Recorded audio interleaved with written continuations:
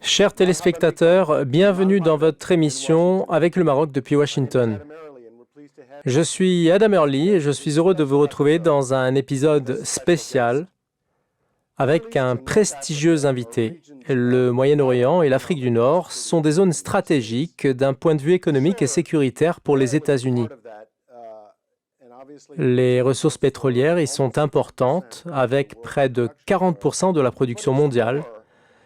Mais la question dépasse celle du pétrole, puisque le Moyen-Orient et l'Afrique du Nord contrôlent plusieurs routes maritimes et commerciales importantes, comme le détroit d'Ormuz, le détroit de Bab el-Mandeb, le canal de Suez et le détroit de Gibraltar. La plupart des marchandises originaires d'Asie et d'Afrique passent par le Moyen-Orient et l'Afrique du Nord pour arriver en Europe. De ce fait, tous les développements que connaît la région revêtent un grand intérêt. L'un des plus importants foyers de conflits à travers le monde se trouve au Moyen-Orient. Il s'agit du conflit israélo-palestinien, il y a des guerres civiles en Syrie, au Yémen et en Libye. Nous observons aussi une escalade des tensions entre l'Iran et les pays du Golfe. N'oublions pas non plus ces vastes zones qui échappent au contrôle des gouvernements au Sahel et au Sinaï et qui constituent des terrains fertiles pour les activités criminelles et les groupes terroristes. Ces derniers profitent de l'absence d'une autorité étatique pour pratiquer la traite d'êtres humains et le trafic de stupéfiants pour amasser le maximum d'argent. Et puis il y a la Chine qui renforce ses relations avec les pays de la région, ce qui implique des défis sécuritaires et commerciaux pour les États-Unis. Malgré la violence et l'instabilité qui caractérisent la région, il y a un point lumineux qui fait l'exception. Je vous parle du Royaume du Maroc. Le Maroc a écarté toute violence politique qui a marqué ses voisins d'Afrique du Nord, les pays du Sahel et tout le Moyen-Orient. Le Maroc a mené une campagne efficace de lutte contre le terrorisme en combattant l'extrémisme dans le Royaume. C'est un pays qui jouit d'une économie croissante et diversifiée avec une bonne gouvernance, sans oublier les solides partenariats avec l'Europe et l'Afrique. Enfin, le Royaume, comme vous le savez, est l'un des plus anciens alliés des États-Unis sur lesquels il s'appuie. Dans cet épisode, nous recevons un invité de marque avec lequel nous allons discuter de la coopération américano-marocaine et comment les deux pays peuvent collaborer pour rétablir la sécurité et la stabilité afin de permettre un développement pour assurer la prospérité dans la région. Mais avant d'échanger avec notre illustre invité, écoutons l'analyste de l'émission, J.D. Gordon, ancien porte-parole du Pentagone et ex-conseiller aux affaires étrangères de la campagne du président Trump. À vous, J.D. Ce que je voudrais faire, c'est répartir mon analyse sur 3 volets qui caractérisent la coopération américano-marocaine au niveau sécuritaire. Premièrement, le volet de lutte antiterroriste. Le Maroc et les États-Unis ont des relations fortes et solides et sont très dynamiques à travers l'élimination des groupes radicaux qui menacent le Royaume et la région tout entière. Le deuxième volet se rapporte aux opérations maritimes. Les médias internationaux se sont grandement intéressés à la traite d'êtres humains dans la zone Méditerranée. Le Maroc a fait d'énormes progrès pour arrêter l'afflux des migrants et le trafic de stupéfiants en direction de l'Europe via la mer. Les États-Unis ont travaillé avec le Maroc pour lutter contre ce fléau. Il est de notre devoir de reconnaître le rôle du Maroc pour mettre fin à ce drame et la perte de vies humaines de personnes qui embarquent sur des bateaux de fortune pour traverser la Méditerranée. Troisième volet, l'armement ou la vente d'armes. Le Maroc et les États-Unis ont des relations solides en ce qui concerne les armes qu'utilise le Maroc. En s'arrêtant sur ces 3 volets, on observe que dans le domaine de la lutte antiterroriste, les États-Unis et le Maroc ont fait de grands progrès depuis les événements du 11 septembre.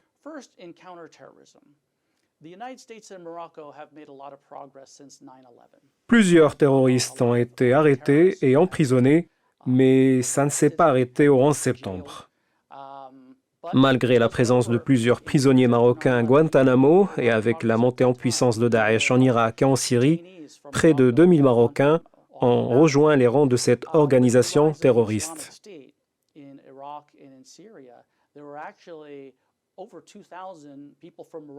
Et après son extermination et l'élimination des dizaines de milliers de ses combattants, près de 260 d'entre eux sont rentrés au Maroc.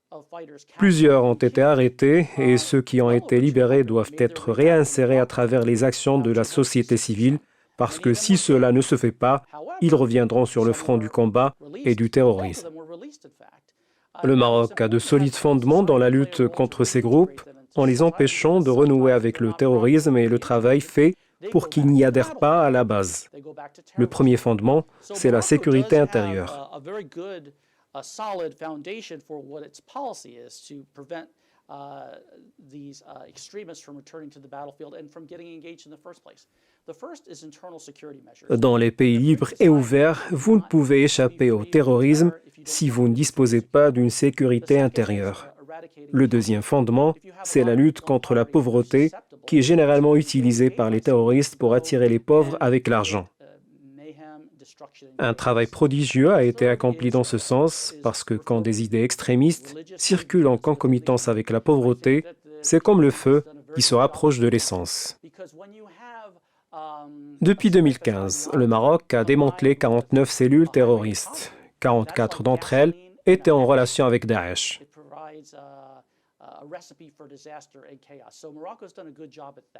Le Maroc a arrêté 772 personnes en lien avec le terrorisme.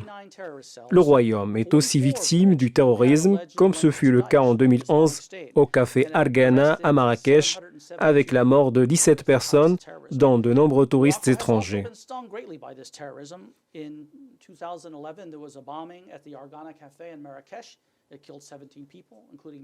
Rien qu'en 2018, 2 touristes scandinaves originaires de la Norvège et du Danemark ont été assassinés dans les montagnes de l'Atlas. Un événement dont l'atrocité a suscité la réaction de la communauté internationale. Il constitue aussi un danger pour le secteur touristique marocain. Al-Qaïda au Maghreb est toujours actif en Algérie, en Tunisie, en Libye et au Maroc.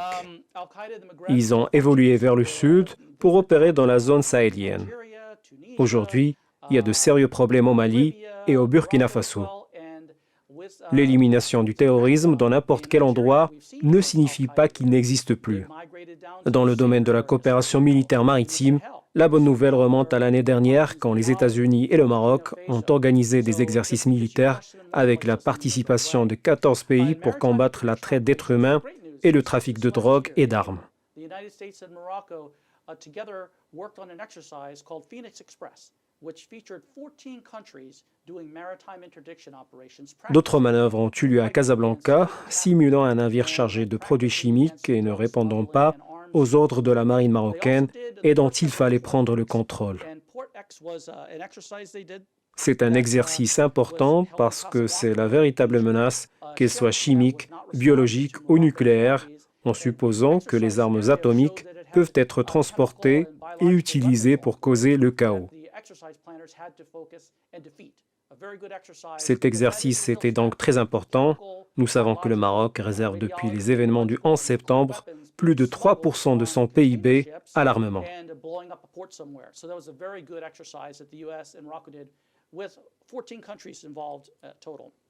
C'est une excellente chose.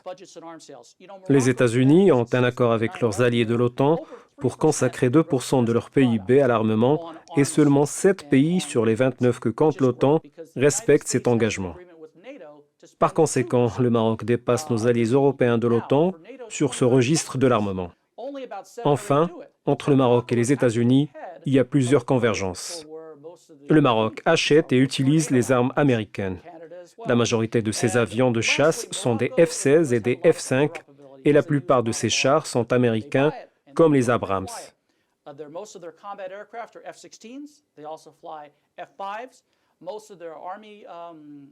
De ce fait, nous avons de fortes relations avec le Maroc et nous comptons approfondir la discussion autour de ces relations avec notre invité, l'amiral John Miller.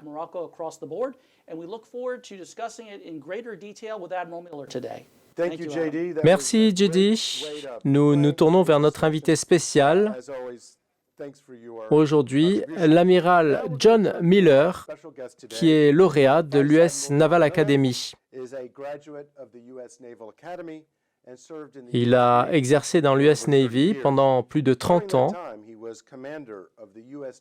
Pendant cette période, il a exercé en tant que commandant de l'US Navy dans la zone militaire centrale et commandant de la 5e flotte. John Miller a aussi occupé le poste de haut fonctionnaire à la base militaire centrale et commandant du groupe des porte-avions dans le Golfe. Il occupe actuellement le poste de directeur exécutif du groupe Miller, spécialisé dans le consulting international. C'est aussi un confrère associé à l'Institut des études stratégiques internationales, basé à Londres, et qui dispose d'un bureau à Washington.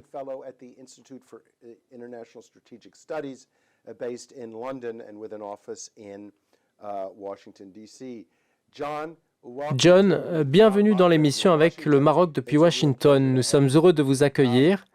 Mais avant de démarrer la discussion, nous allons suivre, chers téléspectateurs, ce sujet spécial pour vous rapprocher de l'invité qu'on reçoit aujourd'hui.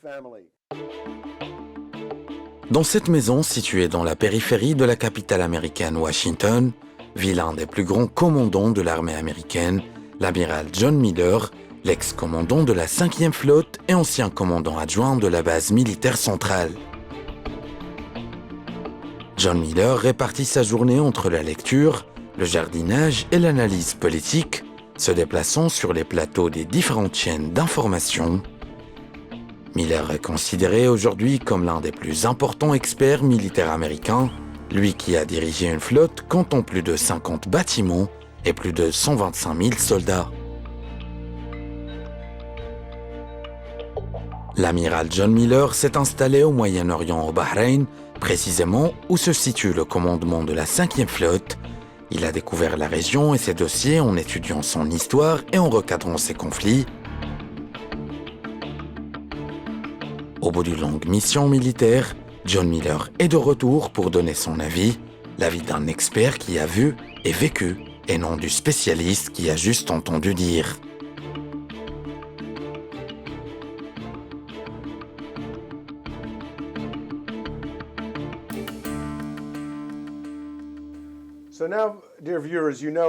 Chers téléspectateurs, vous avez maintenant une idée sur la vie du combattant loin du champ de bataille. Nous sommes heureux et chanceux de découvrir le côté personnel de la vie de l'amiral John Miller et de sa famille. Après la pause, nous parlerons de la coopération américano-marocaine dans les domaines commercial et sécuritaire au niveau régional et international. À tout de suite.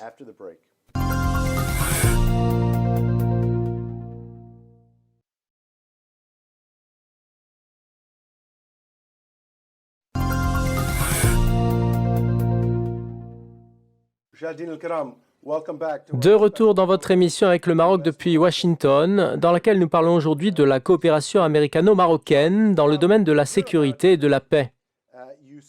John, vous êtes un expert de la marine militaire avec 30 années d'expérience au sein de l'US Navy et vous avez mené des missions à bord d'avions de combat, sans oublier le fait que vous avez été aux commandes de porte-avions en dirigeant des coalitions internationales multipartites pour lutter contre la piraterie et le terrorisme dans le Golfe, en mer Rouge et en mer d'Arabie.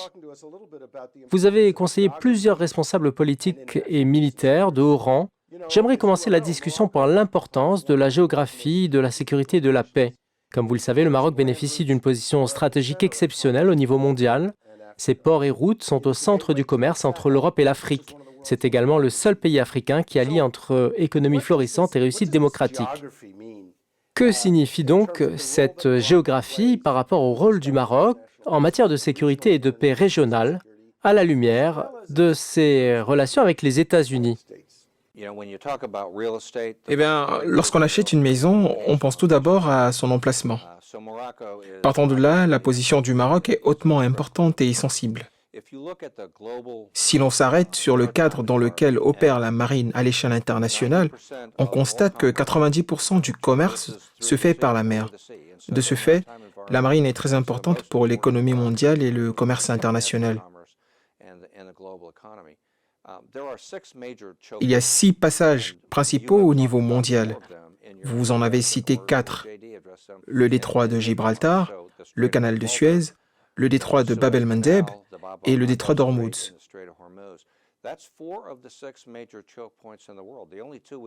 Il en reste 2.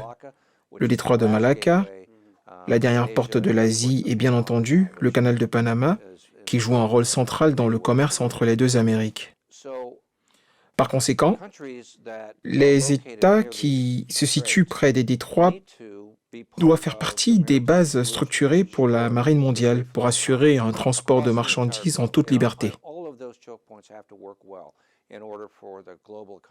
C'est un point important pour le commerce mondial. Le Maroc a réalisé des avancées remarquables ces dernières années en assumant ses responsabilités pour ce qui est du transit des marchandises par le détroit de Gibraltar.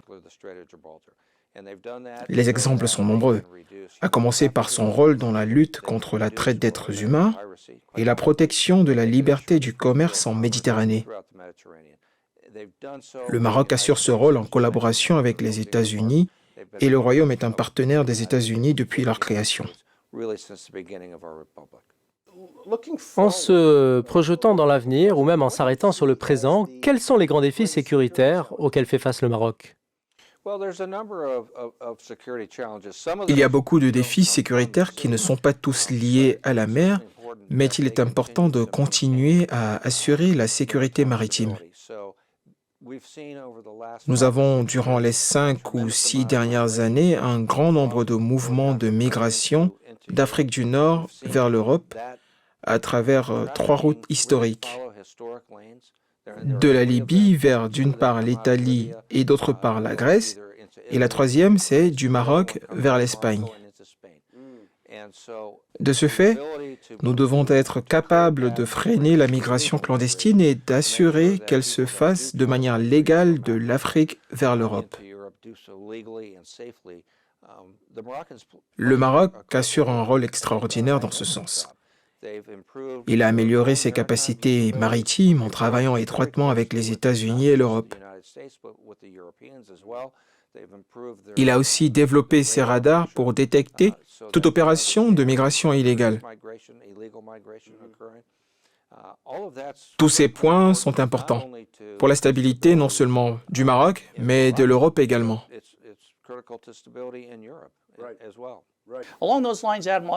Je voudrais vous interroger, Amiral Miller, sur la coopération militaire.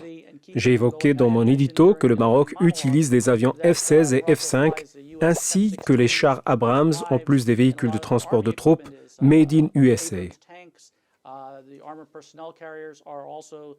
Pouvez-vous nous en dire plus et nous parler des derniers contrats signés entre les États-Unis et le Maroc?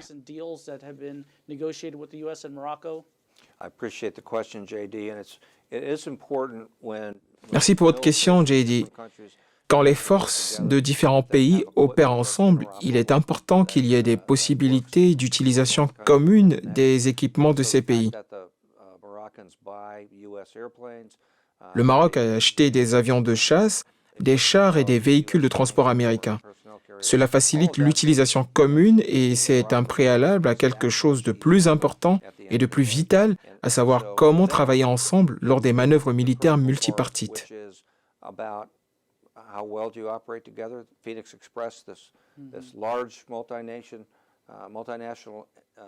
Il est donc important qu'on dispose d'équipements avec possibilité d'utilisation commune, ce qui facilite les exercices militaires.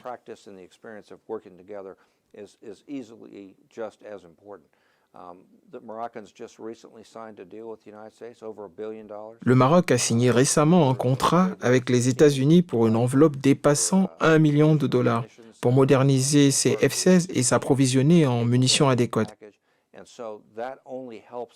Tout ceci nous aide à travailler efficacement ensemble.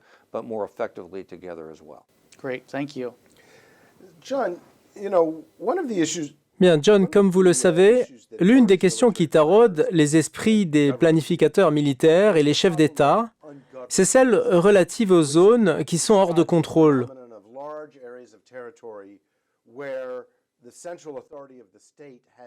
Vu votre expérience en Irak et en Afghanistan, Sans oublier les opérations maritimes que vous avez menées pour stopper la traite d'êtres humains et le trafic de drogue. Quelle évaluation faites-vous du travail commun entre le Maroc et les États-Unis dans le traitement du dossier des zones hors de contrôle?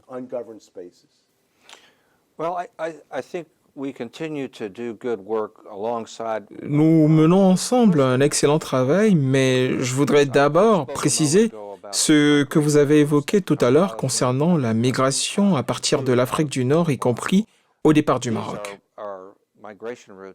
Ces routes de la migration datent de plusieurs siècles et la nature des activités liées à ces routes est dans la majorité des cas légale, alors que d'autres activités sont illégales.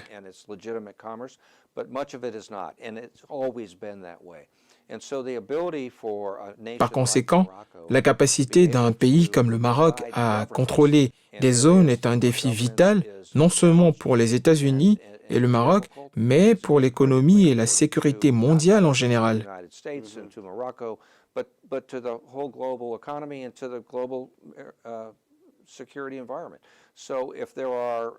De fait, il arrive que le Maroc ne puisse pas tout contrôler. Les flux traversent les différentes villes marocaines pour arriver au détroit de Gibraltar et en Méditerranée. Tout ceci est un enjeu pour la stabilité mondiale.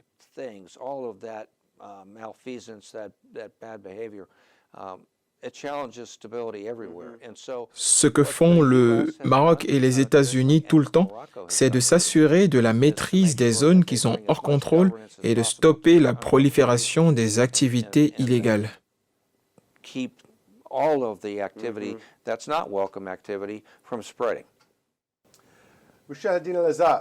Chers téléspectateurs, après la pause, nous nous pencherons sur l'extrémisme violent au Maroc et en Afrique du Nord en général, et sur les efforts américano-marocains pour lutter contre ce fléau, en plus de questions internationales plus vastes qui influent sur la région, sur le Maroc et sur les États-Unis. À tout de suite.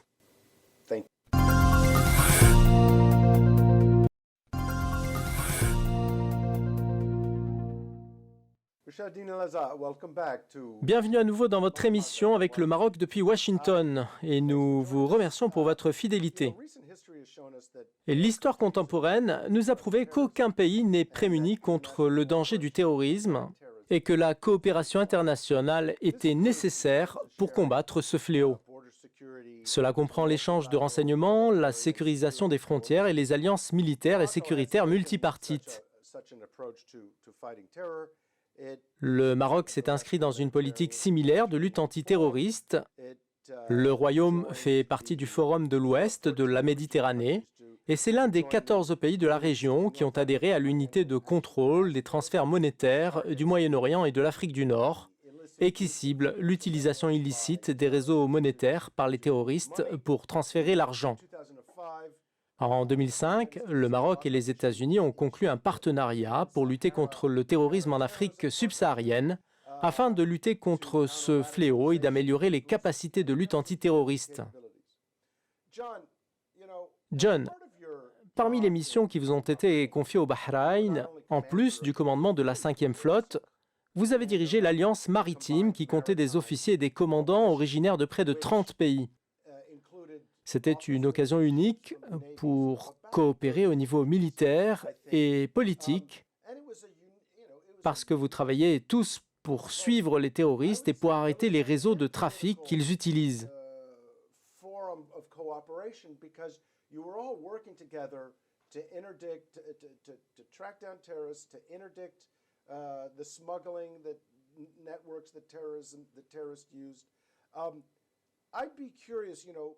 Je suis curieux de voir que vous avez changé votre orientation de l'expertise dans les affaires du Golfe à l'Afrique du Nord et au Maroc, et surtout en Méditerranée et dans l'Atlantique, qui est un grand océan. Quelles leçons avez-vous tirées de votre expérience dans l'Alliance multipartite au Bahreïn et qui peuvent, selon vous, être appliquées en Méditerranée et au nord-est de l'Atlantique ?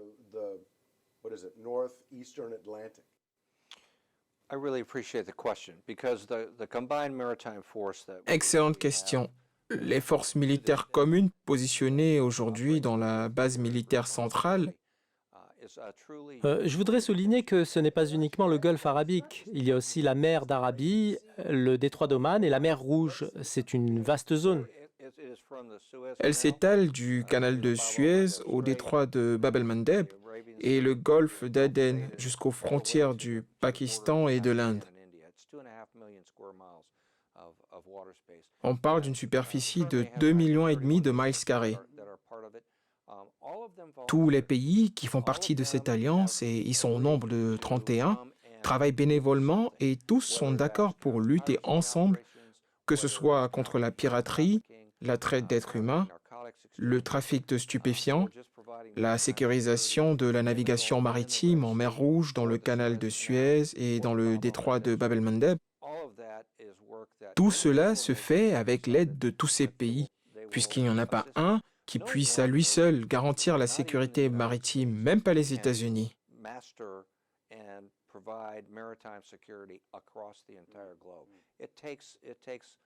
Il est nécessaire d'unir les efforts de tous les pays pour s'assurer que les mers et les océans tout autour sont sécurisés pour la pêche, la plaisance ou le transport, quelle que soit la situation.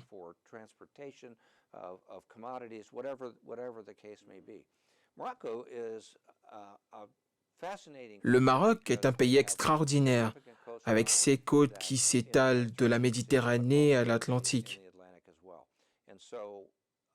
Le royaume occupe une place très importante, comme nous l'avons dit précédemment. Nous entretenons des relations séculaires avec le Maroc et même depuis la création des États-Unis. La plus longue relation diplomatique que nous ayons avec un autre pays, c'est celle que nous avons avec le Maroc.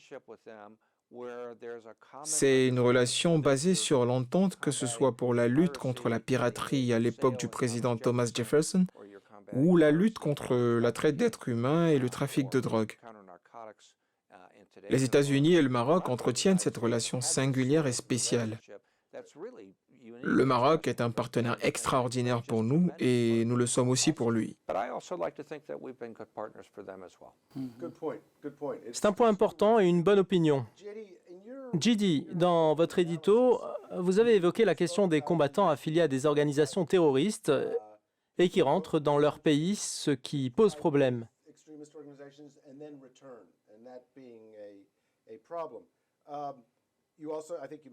Vous avez cité le Maroc, la Tunisie et la Libye. Peut-être que le Maroc n'est pas vraiment dans ce cas.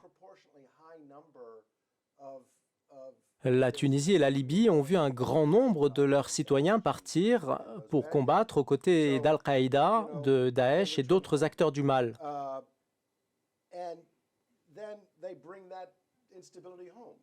Ils sont par la suite rentrés dans leur pays tout en y apportant de l'instabilité. Parlez-nous de l'ampleur de ce problème et de comment le traiter. Il est intéressant de relever que le Maroc et les États-Unis ont le même problème. Que peut-on faire? Merci Adam. C'est un point extraordinaire. Nous sommes confrontés à ce problème ici aux États-Unis. Bien entendu, ce n'est pas aussi important, mais à chaque fois que des combattants étrangers engagés avec Daesh en Irak et en Syrie reviennent, ils constituent un problème parce qu'ils sont vus comme des héros dans leur environnement social, surtout au sein de franges ayant des tendances extrémistes.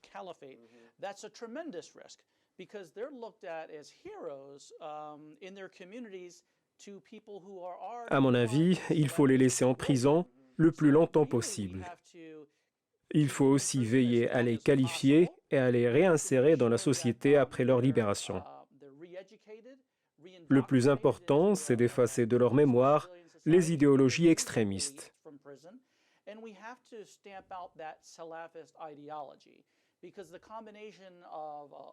La multiplication des facteurs de vulnérabilité sociale et de manque d'opportunités, que ce soit pour l'homme ou la femme, cette situation complique leur réinsertion, surtout que les systèmes sociaux dans certains pays sont défaillants.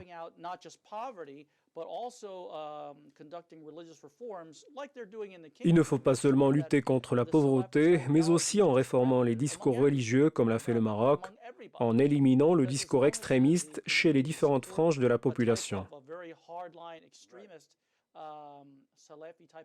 Tant qu'il y a un appui social à l'extrémisme, le problème persistera. La question que je voudrais poser à l'amiral, comme vous avez vécu des situations pareilles tout au long de votre expérience à travers l'arrestation de terroristes dans ces régions du monde, que pouvez-vous nous dire sur ça? Merci pour l'opportunité.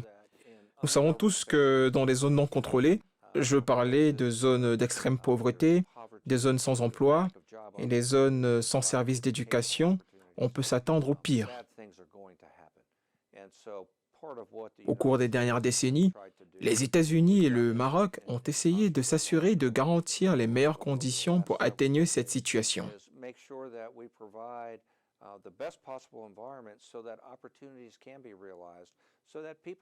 Ces efforts sont toujours en cours. Ce que l'on cherche, c'est un meilleur avenir pour les enfants et une meilleure éducation pour eux avec plus de sécurité. Ce sont là des enjeux pas seulement pour les États-Unis et le gouvernement marocain, mais pour le monde entier. Les zones hors de contrôle que nous avons évoquées sont ces zones de pauvreté.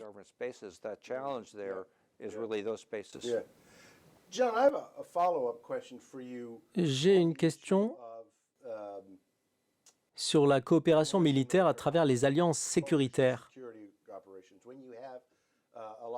Quand plusieurs pays travaillent pour un objectif commun, que ce soit dans le Golfe, dans la mer d'Arabie, dans l'océan Atlantique ou en Méditerranée, les renseignements ont toute leur importance.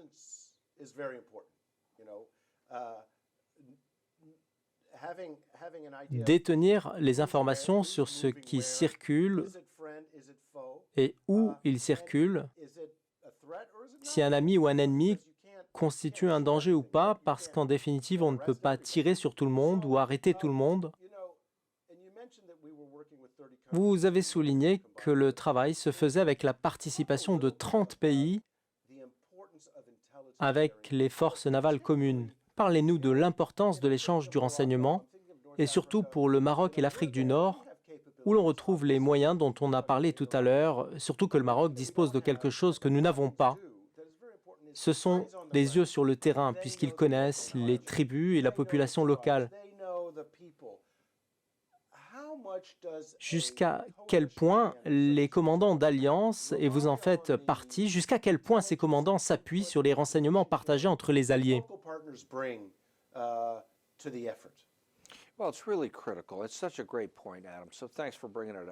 Merci d'aborder ce point, Adam.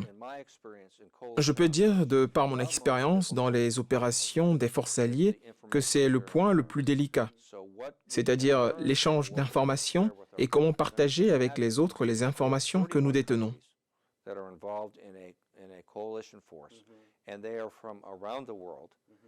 Les pays faisant partie de l'Alliance maritime et qui sont au nombre de 31 sont répartis sur les 4 coins du globe.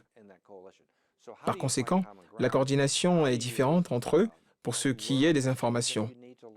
Ainsi, le travail sur une interface commune et comment obtenir les informations est une question hautement importante, surtout que ces pays n'ont pas la même culture, et c'est là une véritable menace. Mais il y a 2 choses importantes. La première est de partager la même idée et de se mettre d'accord sur la masse d'informations qu'on voudrait partager avec les autres. La deuxième chose, ce sont les instruments d'échange d'informations. En ce qui concerne nos relations avec le Maroc, c'est un pays qui partage avec nous plusieurs outils de transfert d'informations, mais ce n'est pas tout. J'allais arriver à ce point. En Afrique du Nord et sur le continent africain en général, en plus des États-Unis, il y a l'Union européenne et le Maroc a une tradition excellente d'échange d'informations et des traités judiciaires avec l'Union européenne. C'est là un extraordinaire exemple, non pas entre les États-Unis et les partenaires locaux uniquement, mais entre les partenaires locaux des États-Unis et l'Union européenne. C'est similaire à l'OTAN, en plus d'autres pays.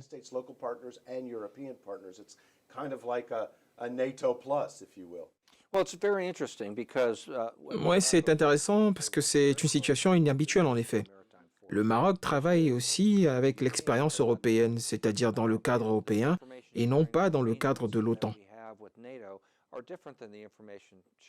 Les informations que nous échangeons avec l'OTAN diffèrent des informations que nous partageons avec les Européens. C'est une situation un peu complexe, mais il nous offre aussi des outils de transfert d'informations.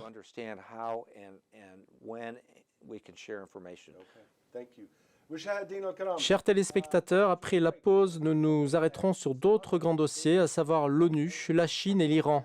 Restez avec nous.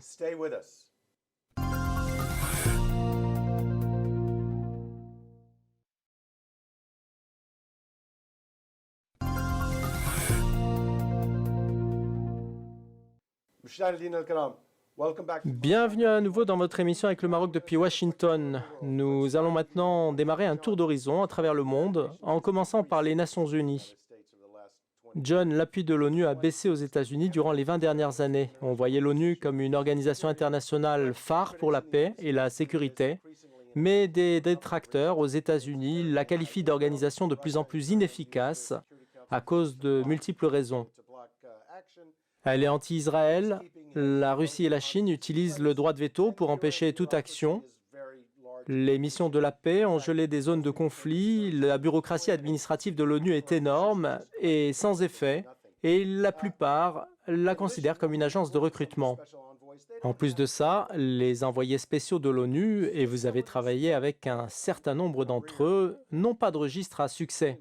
Pour un homme qui a passé sa vie dans cet univers de conflit et de paix, que pensez-vous des Nations Unies ? Il est très facile de critiquer l'ONU. Aux États-Unis, nous ne sommes pas toujours satisfaits de son travail parce que la Russie et la Chine handicapent nos mouvements. Et en plus d'une bureaucratie pesante qui entrave le travail des forces de paix et le rend même inefficace. Mais il nous faut aussi revenir à l'idée derrière la création de l'ONU.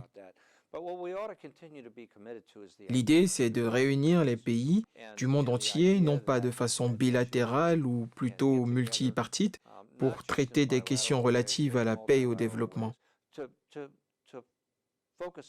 Ce sont des choses dont tout le monde a besoin et nous pouvons faire mieux à ce niveau. Je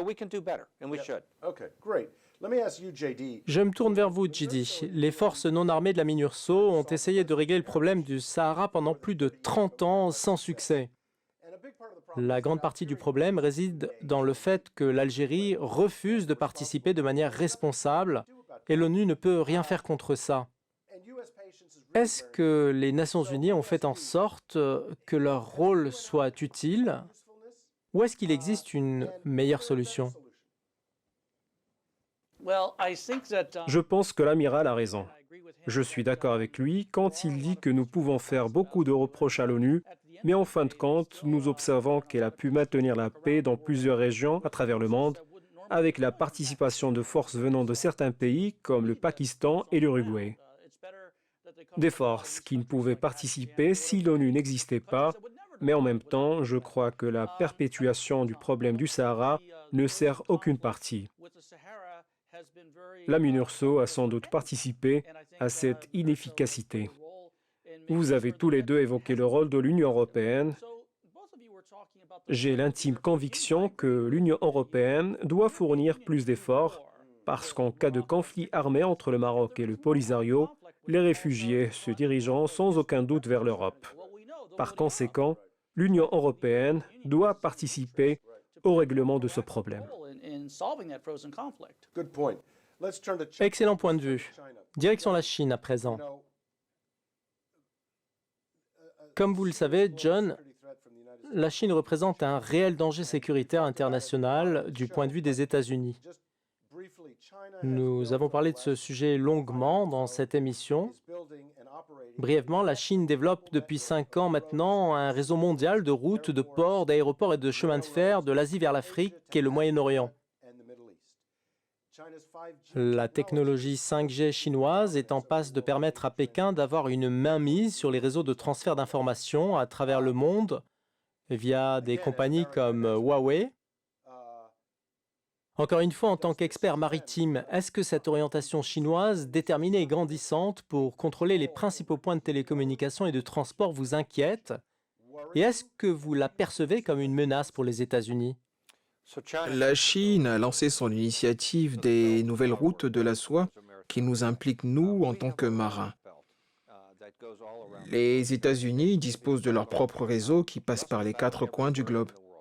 L'US Navy est la bienvenue où que ce soit à travers le monde. Est-ce que nous devons nous inquiéter du méga projet chinois? Certainement. Surtout en ce qui concerne les technologies de l'information.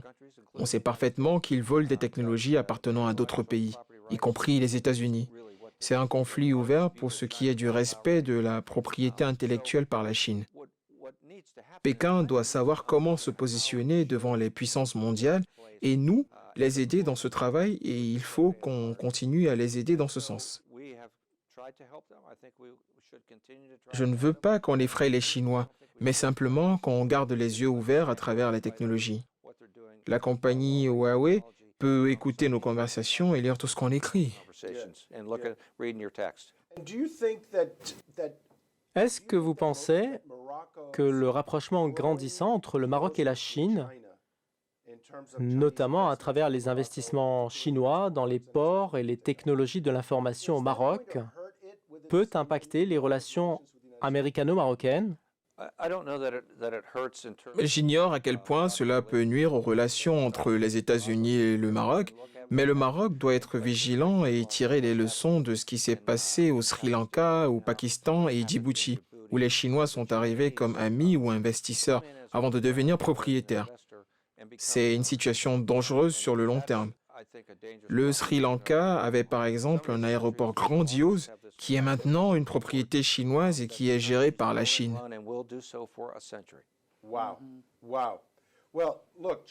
John, je ne peux pas clore cette émission sans parler de l'Iran. Vous avez dirigé la 5e flotte à Manama, au Bahreïn, et vous commandiez toutes les forces navales américaines de l'Égypte au Pakistan. Nous avons tous suivi les attaques iraniennes répétitives sur des navires marchands au large des côtes d'Oman. Récemment, Téhéran a fait exploser la plus grande raffinerie saoudienne, réduisant à néant 5% de la production mondiale quotidienne de pétrole. Le secrétaire d'État Pompeo a qualifié l'attaque comme étant un acte de guerre envers l'Arabie saoudite, rejetant la responsabilité sur l'Iran. Première question, y a-t-il une solution militaire à ce conflit? Elle est possible, mais elle ne doit pas être mise en exécution. C'est le point le plus important dans ce dossier. Si on se penche sur ce qu'a fait l'Iran durant les 7 derniers mois, du mois de mai jusqu'au mois de septembre, Téhéran a mené une attaque avec des mines marines, a lancé des missiles cruise vers l'Arabie saoudite et a envoyé des drones pour des frappes. Hormis le fait que ces actions aient été menées par les Iraniens eux-mêmes ou par des mouvements qu'ils parrainent, tous ces agissements ont, eux, créé une grande inquiétude. Mais cela ne veut pas dire qu'on doit répondre militairement. Il faut plutôt explorer une meilleure voie diplomatique pour que l'Iran comprenne que le monde n'accepte pas qu'il dispose d'une bombe nucléaire ou de missiles balistiques transportant des ogives nucléaires. La communauté internationale ne veut pas que son activité se développe dans des zones comme le Liban, la Syrie, le Yémen et l'Irak, et c'est le rôle des États-Unis et des autres pays, mais tout dépend de si les Iraniens veulent une solution pacifique ou pas. J'ai une autre question pour vous deux. Vous avez parlé des missiles balistiques et aussi des drones. Ce qui est étonnant dans l'attaque contre la raffinerie, c'est l'utilisation d'avions et de missiles à basse altitude, ce qui rend très difficile leur repérage et leur destruction. Quels sont les moyens de défense antimissiles efficaces pour n'importe quel gouvernement, que ce soit au Maroc, en Libye ou dans n'importe quelle autre contrée?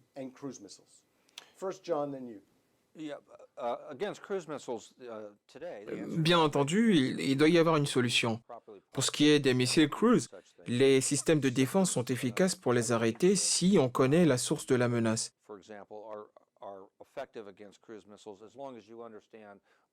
Mais le plus difficile, ce sont les drones qui se sont développés très rapidement au cours des dernières années.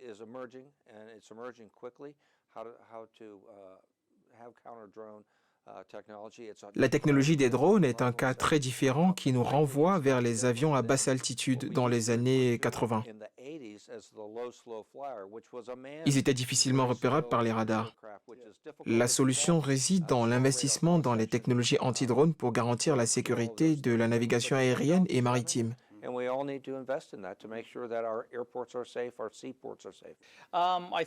Je crois que la communauté internationale doit fournir plus d'efforts pour se protéger et protéger ses ressources énergétiques pour contrer les drones. Il est difficile de les arrêter, mais ce n'est pas impossible. On pouvait éviter ce qui s'est passé dans les raffineries saoudiennes avec les drones envoyés probablement par l'Iran. Il faut qu'on investisse dans la technologie des drones pour qu'on se protège contre ce genre d'attaques. J'aimerais qu'on débatte des relations américano-arabes à la lumière des soubresauts dans la région. Vous avez travaillé avec les pays arabes, avec leurs armées et leurs gouvernements. Vous avez visité plusieurs pays arabes en rencontrant les commandants des armées, les dirigeants politiques. Qu'attendent les pays arabes des États-Unis?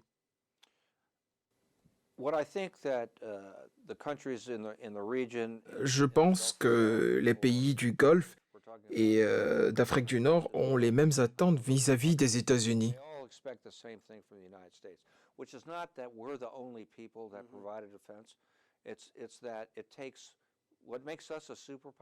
Ce qui fait de nous une grande puissance, c'est notre capacité à diriger et aussi notre engagement en tant que nation et en tant qu'État. Les Marocains sont toujours à nos côtés pour la paix, le développement et la dignité. Tous ces éléments réunis ont fait des États-Unis un grand pays et font également des autres nations de grands pays en ayant le même objectif. Notre rôle en tant que plus grand pays du monde, c'est d'offrir cette direction d'un point de vue sécuritaire et militaire. Parlons justement de votre expérience militaire qui a duré plus de 30 ans.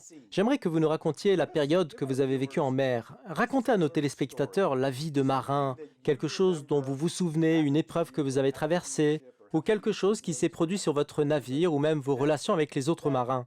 Quelque chose qui résume ce que signifie être un soldat de l'US Navy. Je vais vous donner deux exemples. Le premier remonte à mes débuts dans l'US Navy quand j'avais 17 ans. C'était dans le détroit de Gibraltar après mon passage par l'académie. En toute franchise, je n'avais pas beaucoup d'informations à cet âge. J'ai rejoint l'école de l'armée de l'air et j'ai piloté des F-14. J'ai été affecté ensuite à une unité militaire et c'était magnifique pour un jeune originaire de Los Angeles de voir se lever du jour éblouissant sur le rocher de Gibraltar. C'était mon lieu de travail au sein de l'US Navy et nous coopérions avec nos homologues marocains.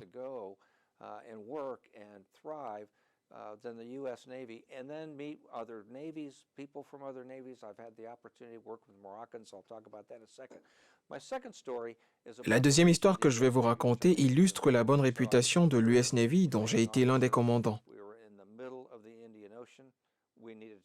On était dans l'océan Indien et lors d'une nuit sombre près du détroit de Malacca, notre navire était à court de carburant. Un navire nous a ravitaillés en fioul. Il se trouve que ce n'était pas un bateau américain et qu'il n'avait pas reçu de carburant des États-Unis.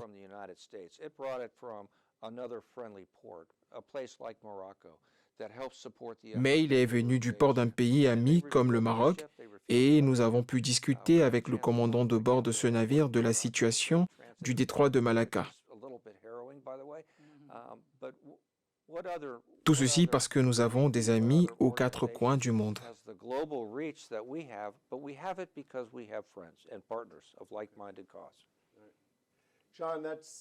C'est une histoire extraordinaire, John, et j'aimerais que vous la partagiez avec nos téléspectateurs au Maroc pour construire ensemble.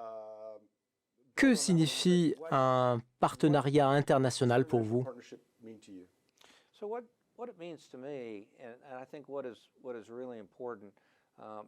Je pense que ce qu'il faut retenir, c'est que les États-Unis s'appliquent toujours à regrouper des amis et des partenaires avec des objectifs communs.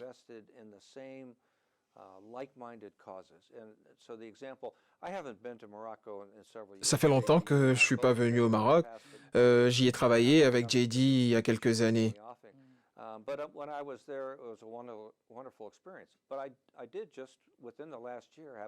L'année dernière, j'ai eu l'opportunité de travailler avec les officiers supérieurs marocains et nous avons parlé de l'immigration illégale, du rôle du Maroc, des États-Unis, de l'Espagne, du Portugal et d'autres pays. Nous avons des alliés partout dans le monde, dans le Golfe, en Arabie saoudite, dans les pays de l'Est de la Méditerranée et en Israël. Nous avons bâti cette amitié parce que nous partageons les mêmes objectifs. Ma collaboration avec les officiers supérieurs marocains fut extraordinaire et nous devons poursuivre ces rencontres. C'est ce qui fait que la marine est formidable avec des gens qui ont les mêmes objectifs. Le Maroc est un pays magnifique qui a sa propre culture. Malgré que j'ai travaillé là-bas pendant 2 décennies, j'ai essayé pour la toute première fois, il y a environ 1 an et demi, la cuisine marocaine, que je considère comme l'une des meilleures au monde.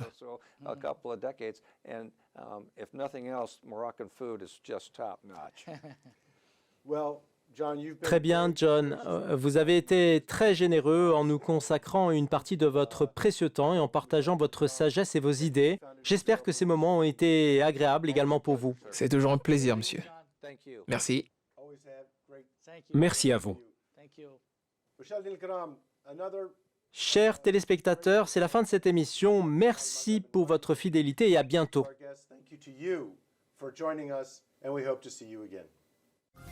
Thank you.